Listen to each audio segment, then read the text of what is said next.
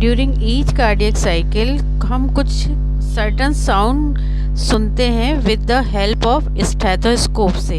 Usually ये sound 4 तरीके के होते हैं, यानी कि जब कार्डियक साइकिल होती है तो हमें 4 तरीके के साउंड सुनाई देते हैं। स्टेथोस्कोप ये इंस्ट्रूमेंट होता है जो डॉक्टर्स के ओवरकोट के ऊपर होता है। तो कुछ इस तरीके का स्टेथोस्कोप होता है जिसके साथ ऐसा हम सुन सकते हैं।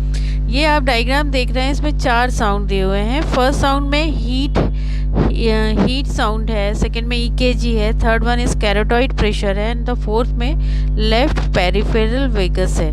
यहाँ पर इसका टाइम देख रहे हैं आप 1 सेकेंड है। फर्स्ट साउंड जो होता है ये कंबाइंड एक्शन होता है ऑरिकुलर वेंट्रिकुलर वॉल्व्स के क्लोज होने का। जो जब ये क्लोज होते हैं तो हमें पहले वो साउंड सुनाई देता है।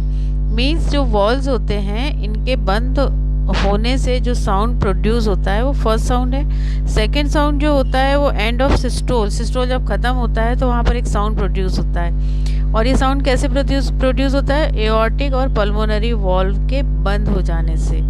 मतलब ये जो वॉल्व होते हैं बंद होते हैं तब एक साउंड प्रोड्यूस होता है। और जो थर्ड साउंड होता है वो हमें usually it is not heard by the year, ये हम अपने कान से नहीं सुन सकते हैं। पर ये साउंड प्रोड्यूस कैसे होता है? वेंट्रिकल की वॉल्व्स में वाइब्रेशंस होते हैं, उसके कारण ये हमें सुनाई देने लगता है।